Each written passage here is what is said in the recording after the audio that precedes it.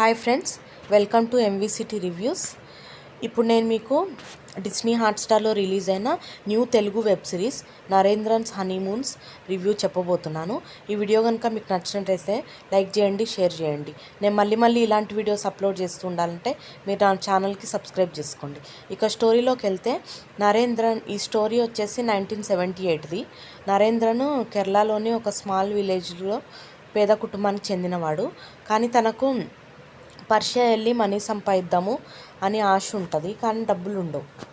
అయితే వాళ్ళ అమ్మ ముసలమ్మ ఉండి వీడు పెళ్లి చేస్తే అయినా బాగుపడతాడు అని చెప్పి వాళ్ళ మరదలు జానకిని ఇచ్చి పెళ్లి చేస్తుంది. కానీ ఆ నైటే నరేంద్రన్ ఇంటి నుంచి పారిపోతాడు. తనకు ఒక మోసగాడైన ఫ్రెండ్ ఉంటాడు. అతని సజెషన్ ప్రకారం మళ్ళీ సిటీకి వెళ్ళి వేరే అమ్మాయిని, లిల్లీ అనే ఆమెను పెళ్లి చేసుకుంటాడు. ఆమె ఒక పిచ్చి మెంటల్ది ఉంటుంది. అయితే ఇతను అనుకుంటాడు ఆ పెళ్ళిలో వచ్చిన కట్నం పట్టుకొని ఆ డబ్బులతో నేను పర్షియా వెళ్ళిపోవచ్చు అని ఎక్స్పెక్ట్ చేస్తాడు.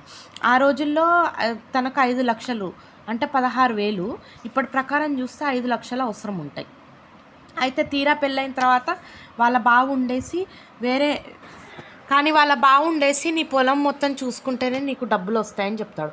అప్పుడు నరేంద్ర అక్కడి నుంచి కూడా పారిపోయి వేరే లైలా అనే అమ్మాయిని సామూహిక వివాహం చేసుకుంటాడు.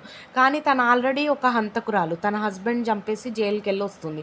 ఈ విషయం తెలిసిన నరేంద్రన్ తనని గట్టిగా తన దగ్గర మనీ తీసుకోలేకపోతాడు. మళ్ళీ నైట్లో అక్కడి నుంచి కూడా పారిపోతాడు. పారిపోయిన తర్వాత మళ్ళీ ఇంకొక ఊరికి వెళ్ళి సావిత్రి అనే అమ్మాయిని పెళ్లి చేసుకుంటాడు. ఆమె ఒక అతన్ని లవ్ చేసి ప్రెగ్నెంట్ అయి మోసపోతుంది. సో వాళ్ళ నాన్న డబ్బులు ఇస్తాడని ఎక్స్పెక్ట్ చేస్తాడు, కానీ అనుకున్నంత తీయకపోయినా కొన్ని ఇస్తాడు. ఇంకా అప్పుడు ఆ నైట్ను అక్కడి నుంచి కూడా పారిపోయి మళ్ళీ ఒక చిన్న ఊర్లోకి వెళ్ళి తంగం అనే ఆమెను పెళ్లి చేసుకుంటాడు. అయితే ఆమె ఒక ఎస్కార్ట్. ఆమెకి ఏంటంటే ఊరోళ్ళు రూల్ పెడతారు, నువ్వు త్వరలో పెళ్లి చేసుకొని ఒక డీసెంట్ పర్సన్ అని ప్రూవ్ చేసుకుంటే అప్పుడు నిన్ను ఊర్లోంచి బహిష్కరించము అని చెప్తే ఎవరో ఒక పర్సన్ కావాలని చెప్పి నరేంద్రని చేసుకొని తను కూడబెట్టుకున్న డబ్బంతా ఈయనకి ఇచ్చేస్తుంది. అప్పుడు ఆ నైట్లో అక్కడి నుంచి కూడా పారిపోయి ఇంకా నెక్స్ట్ వచ్చేసి అట్లయినా తనకి పర్షియాకి వెళ్ళడానికి ఎంత మనీ కావాలో అంత అవ్వవు.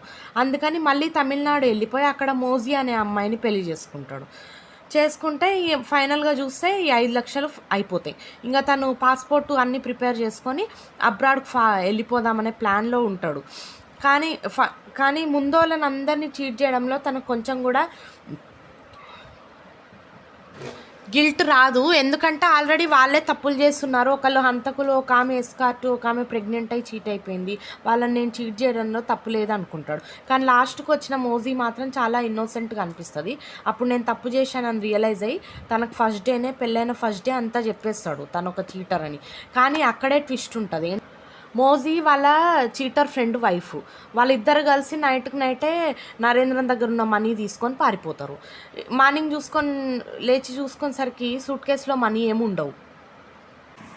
అట్లా ఫైనల్గా నరేంద్రన్ ఫుల్గా మోసపోయిన తర్వాత మళ్ళీ వాళ్ళ సొంతూరుకి వెళ్ళిపోయి చూసేసరికి 5 వైఫ్లు అక్కడే ఉంటారు. సో ఇప్పుడు ఈ 5 భార్యలను చూసుకునే రెస్పాన్సిబిలిటీ మొత్తం నరేంద్రన్ మీద పడుతుంది. ప్లస్ ఇన్ని రోజులు సంపాదించిన డబ్బులు కూడా మొత్తం పోతాయి. అట్లా ఈ వెబ్ సిరీస్ ఎండ్ అవుతుంది.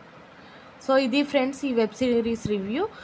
మీకు నచ్చితే డిస్నీ హాట్స్టార్లో ఒకసారి పెట్టుకొని చూడండి. ఆ రోజుల్లో లైఫ్ ఎట్లుంటుందో అంత కరెక్ట్గా అయితే చూపించినట్టు అనిపించలే నాకు. మీకు ఎలా అనిపిస్తుందో కామెంట్స్లో పెట్టండి ఫ్రెండ్స్. సో ఇది ఫ్రెండ్స్ ఫిష్ ఫ్రై చేసే విధానం. ఈ వీడియో కనుక మీకు నచ్చినట్లయితే లైక్ చేయండి, షేర్ చేయండి, మళ్ళీ ఇలాంటి వీడియోస్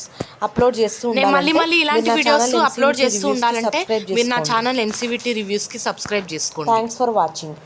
ఈ వీడియో మీకు అక్కడక్కడ కొంచెం లాగింగ్